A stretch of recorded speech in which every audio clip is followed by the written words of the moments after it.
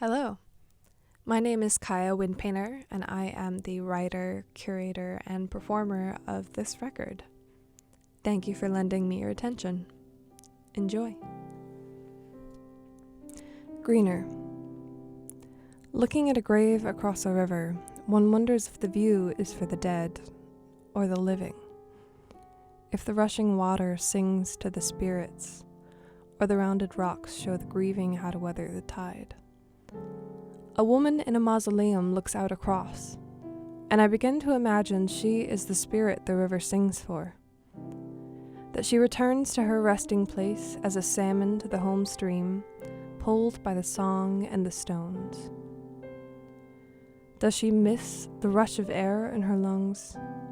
Or is she gladdened by the renewal of life with each foot the river surges? Happy to observe afar vermilion moss and black-winged birds, and her own kin among them. Bittersweet. 22 is making origami stars from chopstick wrappers. It's babies made of cookie dough and healing my inner child. 22 has unearthed me, root from soil, cut above the node, rotted nutrients for the seed. Weighted words. If some words can reach our souls, why do others brush up against my feet, listless and gentle to a fault, light with the lack of weight? Better words, strung together they sting.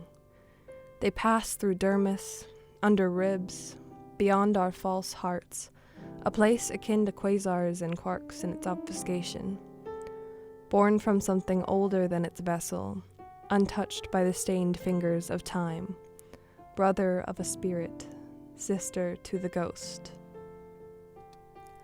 Planners. Planning is not natural to us.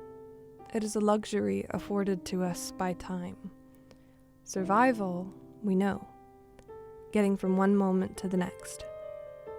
When left at the precipice of a decision, is it our present or future that answers? Our worries or our needs?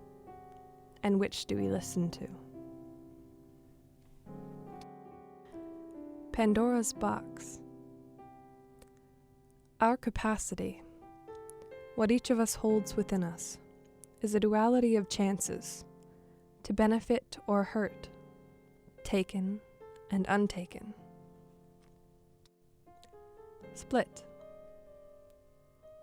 Teetering on a knife's edge, tilting towards apathy, tipped on the side of fire, flame-kissed skin stings pleasantly with the promise of passion, preferable to icy indifference, a numbing cold, more agonizing than burning. Access denied. We do as we are told.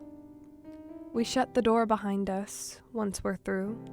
We wipe answers off, clear our boards diligently, sit in silence, avoid waves. Were we wrong? Acting in the name of equality? Because same and equal aren't synonymous under the guise of competition. Talk to the one the door is shut on. The one who cannot reach to write, the ones who are voiceless. You'll find many sames with them, but ask of equality. If opportunity lifts them or escapes them, we attempt to converse but still guard our trade secrets, their security, out of fear of becoming voiceless, without reach, and shut out ourselves from a system that rewards our gated minds and helps us build the walls. Lock-in. I've got bars on the windows to my soul. I'm too scared of robbers. Court of lies. Withdrawn. In court it means forget. But the Nazi symbol being withdrawn from use did not remove it from the discourse. So how can they forget what they heard? control their subconscious, can they? Chord is a game, but not everyone is playing.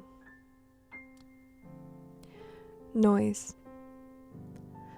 Piano and sirens. Chord and discord. Disaster. How disconnected we have become from the forces that let us be. That a hurricane rages and we are humbled. But to be humbled, we'd first have pride.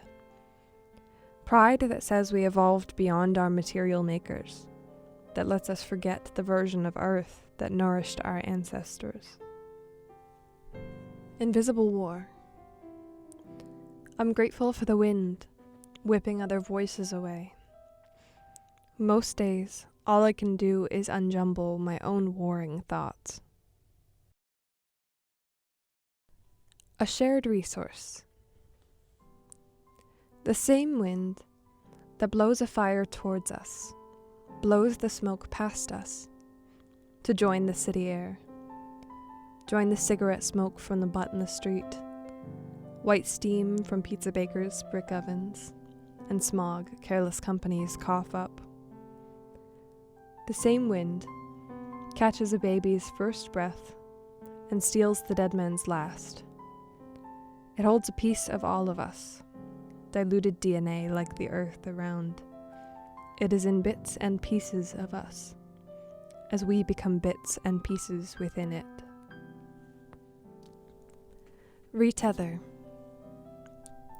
Undone in the face of truth, I trust the bedrock to hold my bones. How far I'll go. I may not traverse the past, a conscious observer, documenter of the beyond. In impartial analysis, I would not be myself. I may not engage the future, though fear fuels that. I'd keep away the grime and scorn that stains our present, far from what I hope will be a better world. I may not witness the distant stars, not from worry or doubt, but because I will be dust. I will be pieces of everything, but someone's daughter might. Common sickness. The one thing that always bothered humans is love. We fear death. We dread responsibility as we crave it. But the thing that often disturbs us, leaves us sleepless, leaves our soul with questions and our hearts with an overabundance of quick answers, minds swept up with unlocked dreams, an altered state, intoxication, test untraceable and untouchable by reason. Coping. The things that bring us peace have power for us and over us. Utterance. Love is not an unutterable word in my house, nor will its status change, for whoever and whatever it graces is worthy regardless. Remembering. I think of little things when I'm strong enough.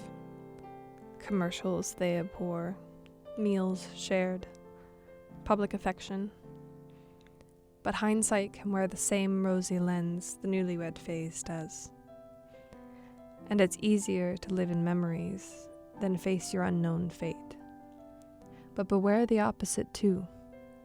Get lost in the fantasy of the future, and it's harder still to face the past. On guard. If your heart were in front of you, rather than inside, would you stop it if it stumbled? Save yourself the pain?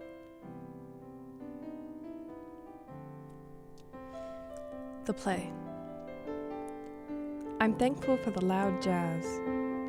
It pulls my mind away from his laughter behind the wall. Being so close, you'd never think that we are at our farthest apart.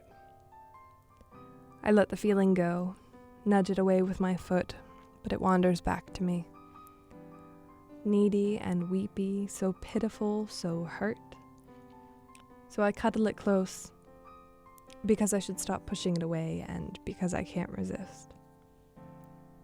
His voice sings from above, startling me inside and out, thoroughly. But still I sit. I am here for the show, so I stay.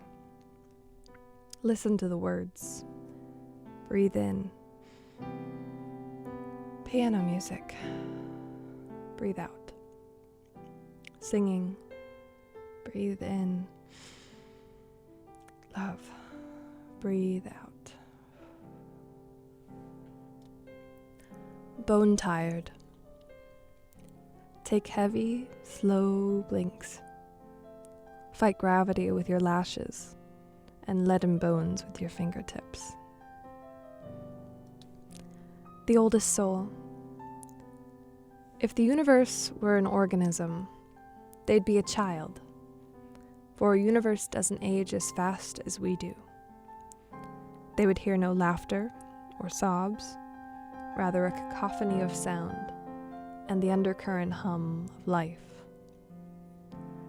They could feel no pain or warmth, but they'd sense each ripple stars made, whirling through the cosmic waters. They'd speak in the language of dust, stories of unfathomable futures and histories yet to be lived. Would that I could meet this child, hear the hum they did, feel the water of the cosmos, and sit wrapped for the stories of dust.